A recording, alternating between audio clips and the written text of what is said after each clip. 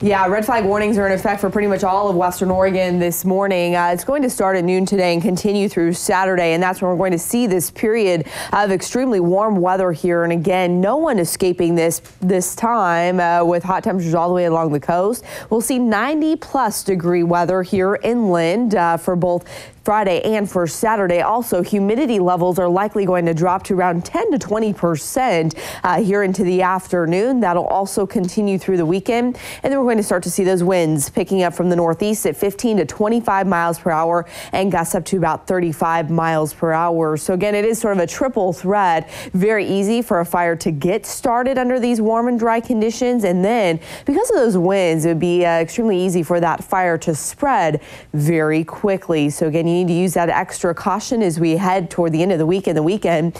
Here's what's going on. The first half of the week, we had this trough of low pressure on top of us, which brought down that cooler air from the north and allowed our high temperatures to stay down into the mid 70s. That's a thing of the past now. We're going to see this large ridge of high pressure, which is now pushing that jet stream all the way up into the Gulf of Alaska. That's going to set up shop here over Western Oregon starting this afternoon and continuing all the way into the weekend. You can see that on the jet stream forecast. Again, those lines showing that heat moving up from the south as we head into Saturday. That's right on top of us. So again, hot weather as we head into the next couple of days. We got that heat moving up from Northern California, and it's going to sort of create its own weather system right on top of us.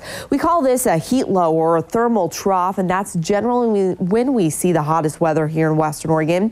What happens is we get those strong east winds off from the west slopes of the Cascades. When that air descends, not only does it bring in the drier air from Central Oregon, but it also compresses, just a physical process that happens naturally, which allows those temperatures to climb even further. So all the physics in place for the next 3-day stretch to bring us some very toasty temperatures again all the way into Saturday. And it's not just the valley, it's also the Umpqua Basin and the coast. Again, we're all going to warm up. This morning, we're already starting to see those clear skies. Here's that live picture of a downtown Eugene. Not a cloud in the sky, and I don't expect us to see any clouds anytime soon. Current temperature right now is a little chilly. If you're heading out to that bus stop or heading into work this morning, you might want an extra jacket. Again, at 50 degrees, but those winds have already shifted to the northeast, and today is going to be that transition day to that warmer weather.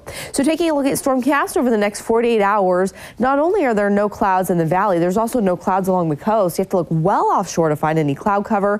This holds all day today, all day Friday, all day Saturday. By late Saturday night, Sunday morning, that's when we'll start to see that marine layer reform along the coast. You'll be in the low 70s there along the coast today. Again, a bit breezy, winds from the north up to about 15 miles per hour. For the Umpqua Basin, headed back to the upper 80s and low 90s already today.